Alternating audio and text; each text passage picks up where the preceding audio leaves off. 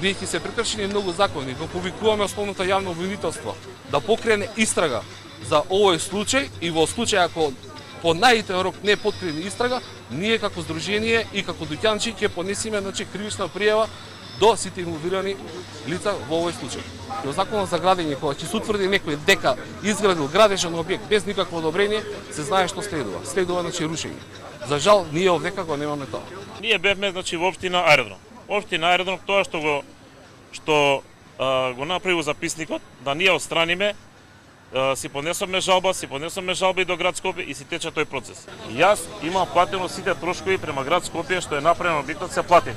Значи, што си имам јас со град Скопје, што со град Скопје ми го имаат променето елаборатот, тоа со тек на време јас си го решам по судски пат. И, значи, овде моментално ништо не е дивоградба направено.